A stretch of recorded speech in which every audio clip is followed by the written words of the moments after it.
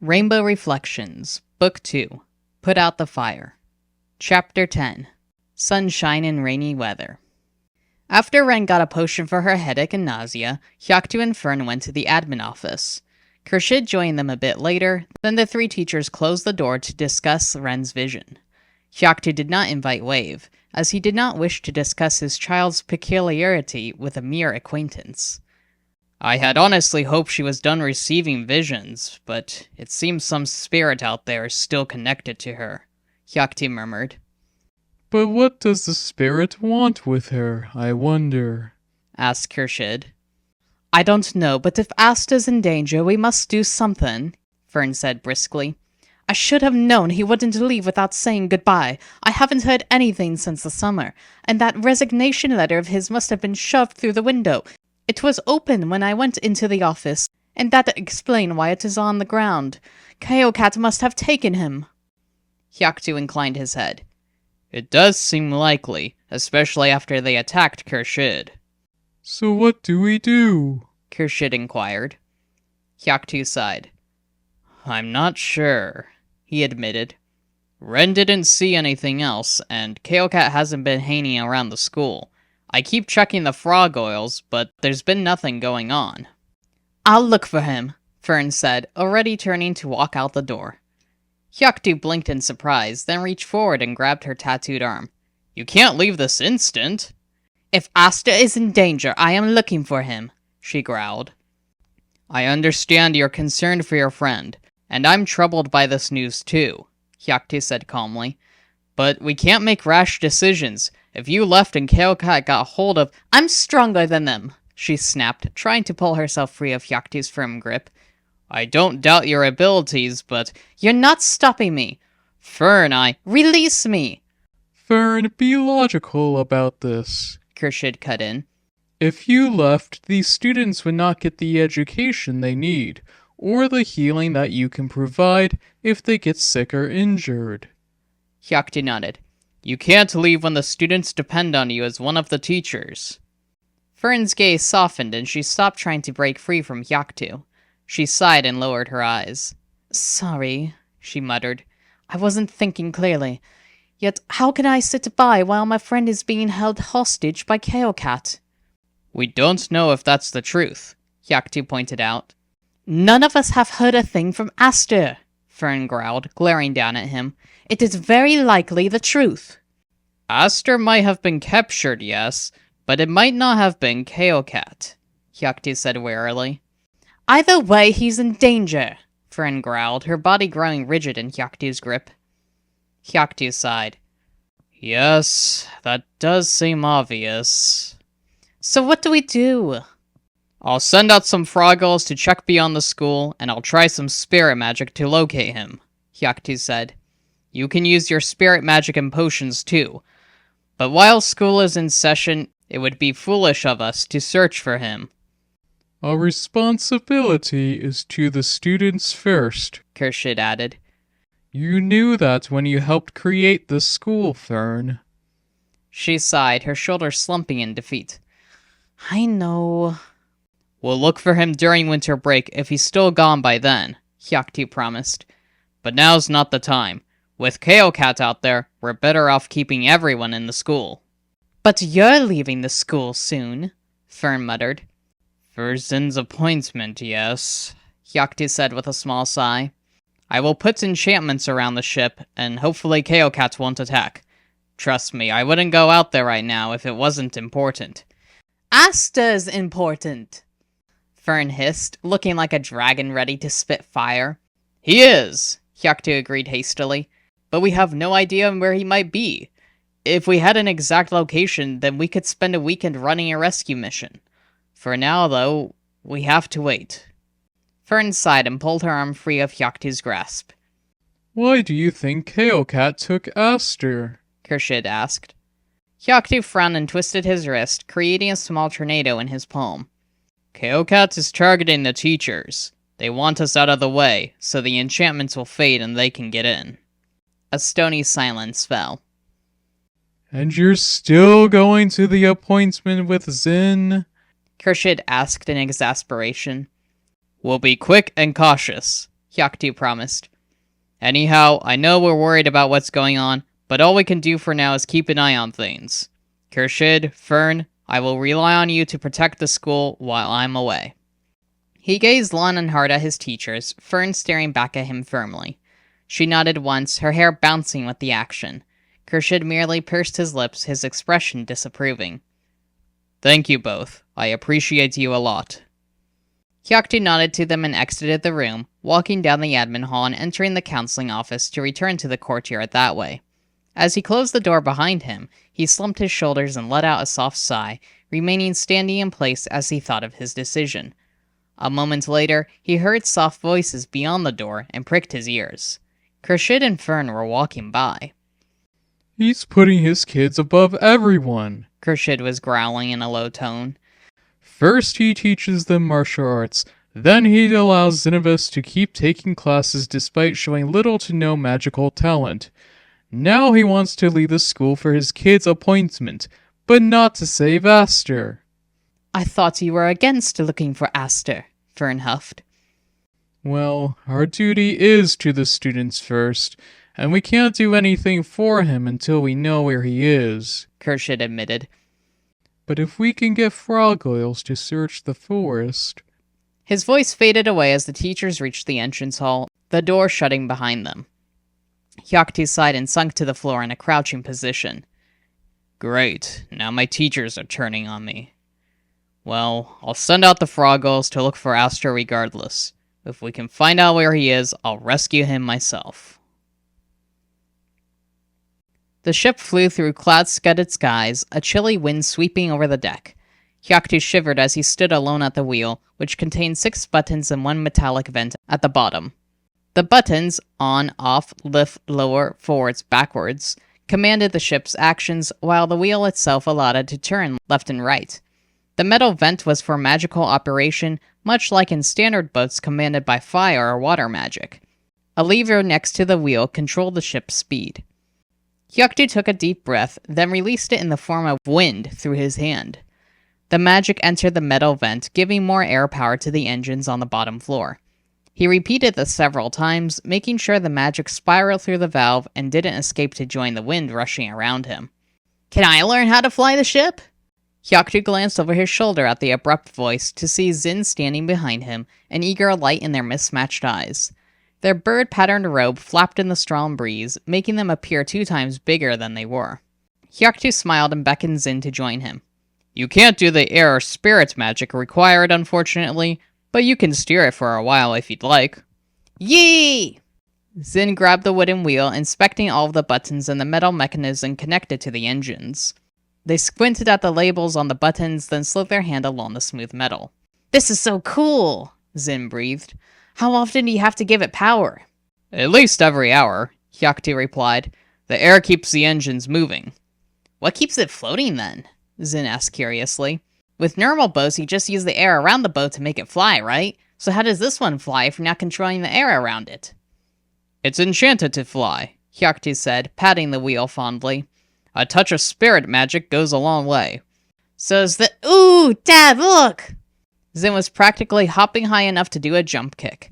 They pointed eagerly at the sky in front of them. Hyaktu turned his gaze to see an enormous whale swimming through the white clouds, its tail coming close to hitting the ship half its size. Hyaktu instantly took the wheel and steered them away from the creature, but not too far to lose it from sight entirely. I've never seen a sky whale before, Zin breathed, their eyes wide as they gazed at the indigo creature.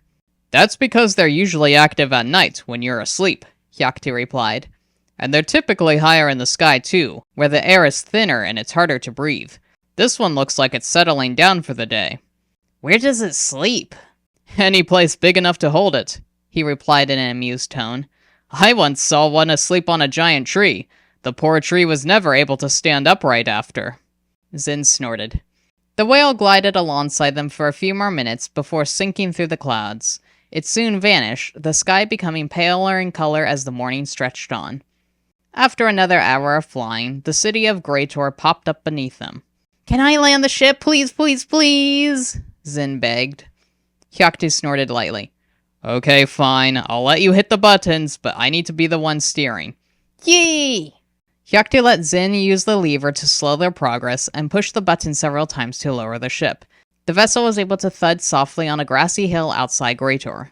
Zin then pressed the off button, which turned off the engines and put them back inside the first level. The ship stopped vibrating, and the two soon exited through the large boarding room. Hyaktu locked the door behind them and put up extra enchantments as they left. The two were then walking down the slope, a light breeze ruffling their robes. Hyaktu breathed in the crisp morning air, the faint smell of food already present as street vendors opened their stalls. They reached the zigzagging roads within minutes, and soon made it to Greater Gender Services.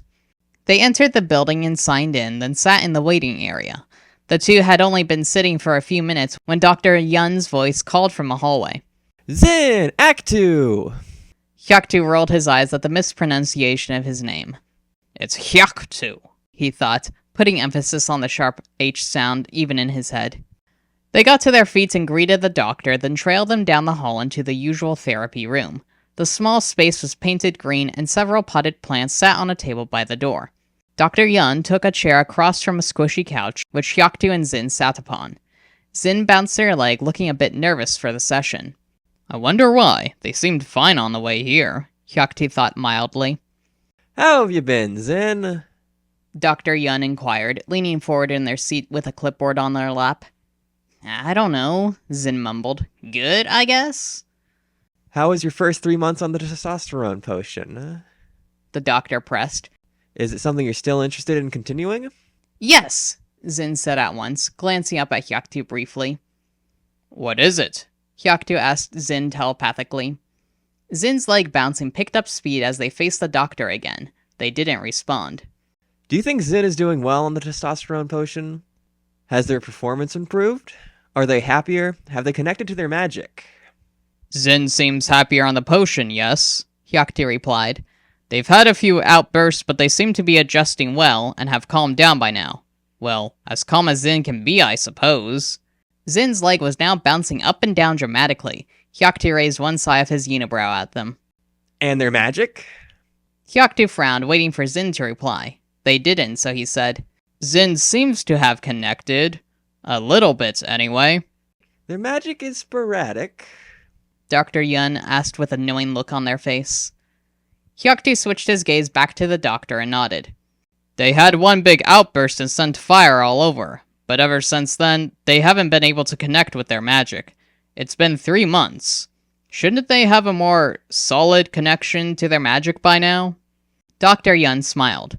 Connecting to magic will take a while, as I told you in the last session. They said in a pleasant voice. Zin will connect to their magic when their body is ready. So it's normal being unable to connect still? Dr. Yun laughed. Oh no, most people connect with their magic 1 or 2 months after being on the potion. Other people can take up to 5 months, just give it a bit of time. Zin's shoulders slumped, but their leg continued to shake. Now, you'd like to continue the potion, yes? Dr. Yun asked Zin. They haven't caused any bad side effects? Zin shook their head. I want to stay on them. You haven't noticed any bad side effects? The doctor asked Hyaktu. Hyaktu shook his head too. No, apart from the outburst, but like I said, that seems to be stabilizing. If Zin wants to continue the potions, they will continue. Zin's leg slowed down until it was only their foot tapping. Hyaktu frowned and glanced over at them again. Very well, the doctor replied, scribbling a note on their clipboard. I'll give you enough potions for 6 months, scheduling the next appointment for April 56 JE. They finished writing and handed the piece of paper to Hyaktu, which was the prescription for the potions. Was there anything further you wish to discuss? Is Zin able to get top surgery done sooner than 16? Hyaktu asked, taking the slip. We think their dysphoria is preventing them from connecting to their magic. As I said, some people take a while to get used to being on the potions. Their magic will come when their body is ready. The doctor said. Probably December or January. Hyaktu frowned. Can they get surgery done sooner than 16? He repeated. No, Dr. Yun replied. You'll have to wait until they turn 16 before proceeding with any type of surgery. Hyaktu sighed. Very well. We can discuss that more in the next appointment. The doctor continued. Is there anything else I can do for you? Hyaktu glanced at Zin, who shook their head. Hyaktu shook his head as well, then got to his feet and led Zin from the room. The doctor waved after them before closing their door. Hyaktu and Zin returned to the waiting room and approached the front desk. "We need an April appointment and 6 months' worth of potions," Hyaktu said bluntly, passing over the doctor's order. The receptionist took the paper and glanced at it briefly before setting it aside. They then picked up the mirror in front of them and began tapping away without comment. "Zin, why were you nervous in the session?" Hyaktu asked, glancing down at his kid. Zin was quiet for a moment, playing with a string on their robe. "I thought you might try to make me stop taking the potions after my outburst, and my failure to connect with magic still." "Why would I do that?" Hyaktu asked blankly. "Being on the potions will help you connect with your magic, even if it's taking longer than we'd hoped. As for your outburst and all those times you got frustrated, we also knew that was bound to happen. It's not a big deal, so long as you don't hurt anyone." Zin fidgeted uneasily and made no other response. Hyaktu stared at them a moment longer, then returned his gaze to the receptionist. "Are there no appointments available for April?" he asked. "I have some openings for May," the receptionist said. "It looks like April is booked up." "That'll work," Hyaktu said with a shrug. They scheduled the appointment and sat down again, waiting for the potions. After 20 minutes, 2 giant crates were rolled out from another door. Hyaktu took the handle of the wagon and pulled the heavy boxes away, Zin trailing after him. The two then walked quietly along the Grey Tour streets, heading back for the ship. They reached the hill on the outskirts of the city, the return trip taking a while due to the heavy wagon Hyaktu tugged behind him. Zin darted to the back of the wagon, pushing it up the grass the best they could. After several minutes of struggling, they finally made it over the crest of the hill. Hyaktu let out a sigh, glancing up at the mighty ship looming over them. "Let's get this loaded in, then," he said. He made his way over to the boarding room door with the wagon. Pulling the key from his pocket, he unlocked the door. But before he could open it, he was suddenly shoved off his feet. He landed sideways on the ground, slapping the grass with both of his hands to spread the impact through his body. Frowning, he sat up and glanced around, wondering what had hit him. Then he froze. A purple-furred cat appeared out of thin air, only feet away. Their pitch-black eyes contained violet slits, which focused intensely on Hyaktu. A crescent moon necklace hung in front of their bushy chest, pale blue in color and glinting in the morning sunshine. "Kaokat!" Hyaktu growled sharply at the cat, jumping to his feet and shielding Zin from their sight. Kaokat grinned at him, then shifted into their alternate cat form, pitch black and outlined in purple, with no visible pupils, nose, whiskers, or toes. The black cat bounded at him again, tail high in the air. Just before reaching Hyaktu, they vanished completely. "Where'd they go?" Zin yelped. "They can turn invisible," Hyaktu growled, feeling the cat slam into his leg again. "Get inside!" He threw the door open to the boarding room. Zin ran forward and darted in without issue, much to Hyaktu's relief.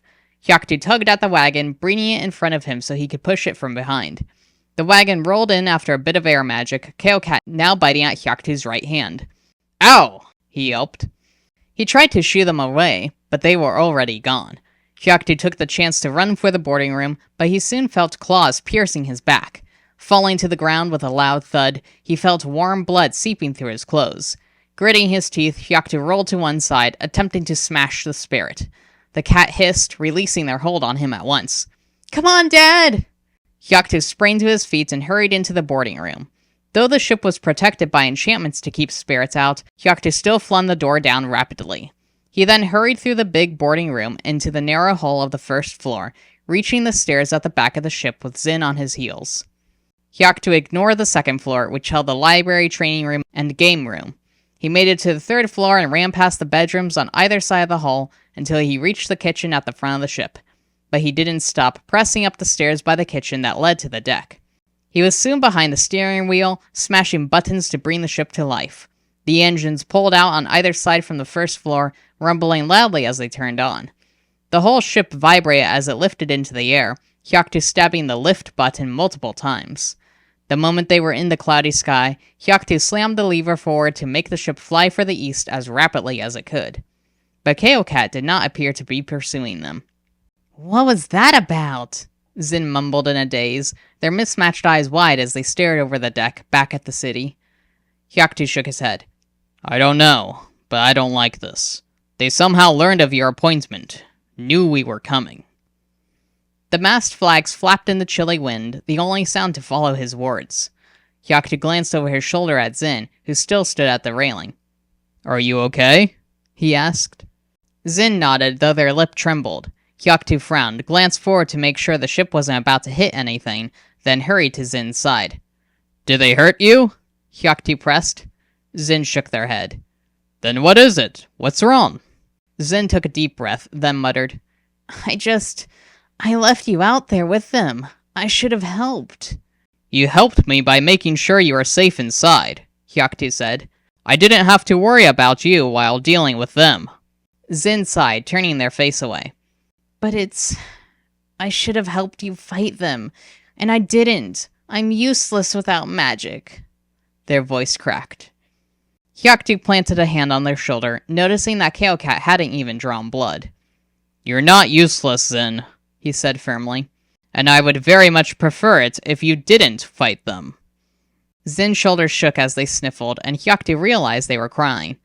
Hyaktu shifted closer, his hand moving to Zin's other shoulder as he held him in a one-armed hug. They stood quietly for several moments, the wind cold against their skin. You'll connect with your magic soon, Hyaktu said in an encouraging tone, and you'll realize that you never needed it to be considered useful in the first place.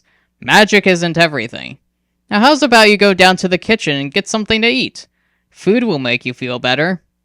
Zin took a shaky breath, then nodded. They wiped the tears from their face, stepped out of Hyaktu's embrace, and headed for the stairs.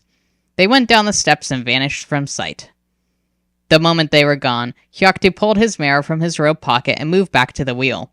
He glanced at the clouds around them, noting that it'd probably start raining soon. He sighed, then noticed that he had several missed calls from both Khurshid and Fern. He frowned and unlocked his mirror, going straight to his contact list and tapping on Fern's icon. In seconds, the mirror connected and Fern appeared. Hyaktu, about time! Fern growled briskly. What's wrong? Why did you call me? Hyaktu asked. The frog oils have been destroyed, Khurshid's voice said, and he entered the picture behind Fern. What? Hyaktu mumbled. Destroyed? How? Fern shook her head. We're not entirely sure, but we think we know who's to blame, she grumbled. I was in the greenhouse and Khurshid was in the eating hall when we got the alert. We went to the security office to check the Frog Oil app, but all statues have been turned to dust. Do you think it's because you sent the Frog Oils after Aster, that maybe they came close to finding his location? That's a strong possibility, but who did it? Hyaktu asked, his heartbeat quickening. Wave saw someone who matched Sorella's description of Mimita outside the school, Fern growled. We believe she is responsible. Mimita? Hyaktu murmured, fingering his mustache with his free hand. That's very concerning. Why would she be there? Is she working with Kaokat? I don't know, Fern uttered. But how did she manage to destroy all of the frog oils, even the ones in the school? Did you see if the frog oils had captured any videos of the attack before they were destroyed? Hyaktu queried. There was only one from outside the school which had a blur of red running by, hence why we think it's Mimita, as it was too big to be Kaokat. Hyaktu sighed, several thoughts racing through his mind at once. Very well, he murmured.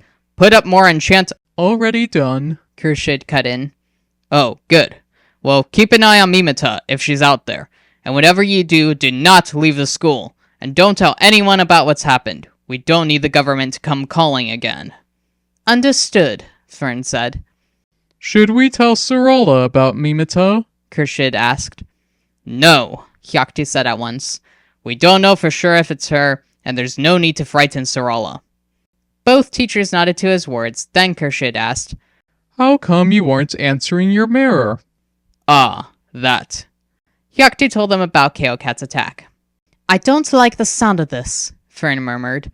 If they knew about the appointment, they clearly had knowledge from someone inside the school.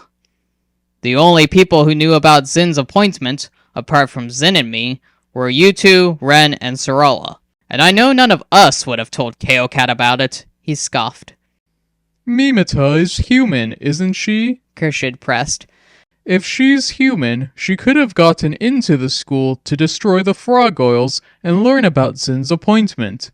It sounds to me like she is working with Kaokat. But what would this mean if Sarala's former mother figure and my former friend are working together? Hyaktu asked, his frown deepening. He felt a light tap on his hand and another on his forehead. It had begun raining lightly, the clouds thickening around the ship. Hyaktu narrowed his eyes, barely able to make out the sky ahead of them through the fog.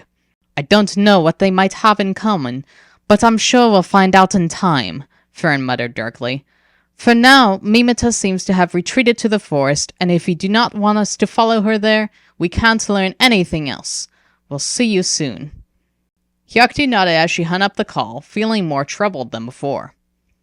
How did Mimita and Kaokat meet? What goal are they working towards? If Mimita can get into the school, then why doesn't she take whatever Kaokat wants?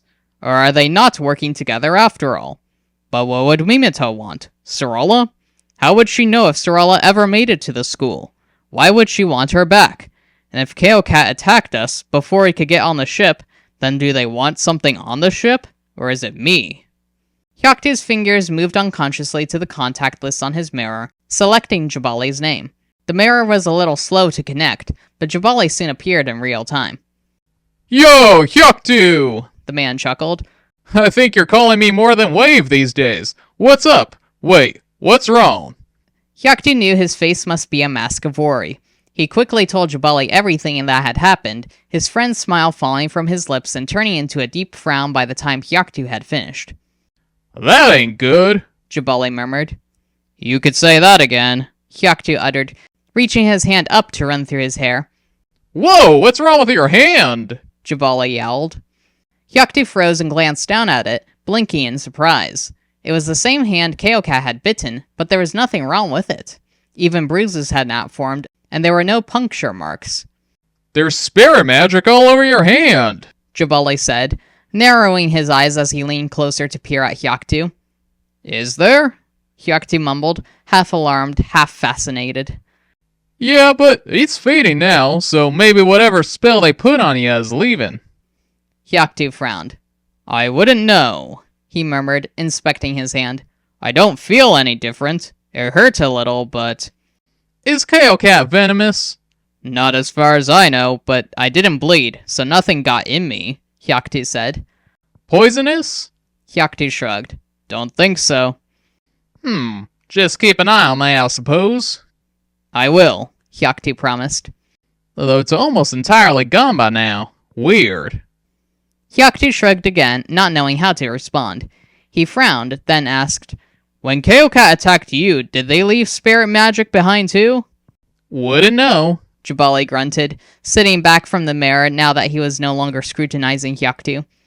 They got my back, remember? And there were other things going on that needed my attention, so it's not like I had time to get my mirror out and check. Your mirror survived the ship crash? Hyaktu asked in surprise. Jabali nodded. I'm guessing yours didn't, as per usual. What's that supposed to mean? Scoffed Hyaktu. You break your mirror all the time, you're always flying around all over the place. He pointed out. Hyaktu snorted. Whatever, but yes, mine broke in the crash. Well, your hand is fine now, Jabali said. If you ain't got anything else to report, I'll be hanging up now. What about you? Anything new with you? Hyaktu asked hastily before his friend could hang up the call. Nah, apart from having to make you some new frog oils, Jabali said with a careless wave of his hand. See you later. And he hung up before Hyaktu could say anything more. Hyaktu sighed and shook his head, returning his attention forward. Glad to see the ship was high enough in the sky to not smash into anything, he pocketed his mirror and added more wind to the metal vent in the steering wheel.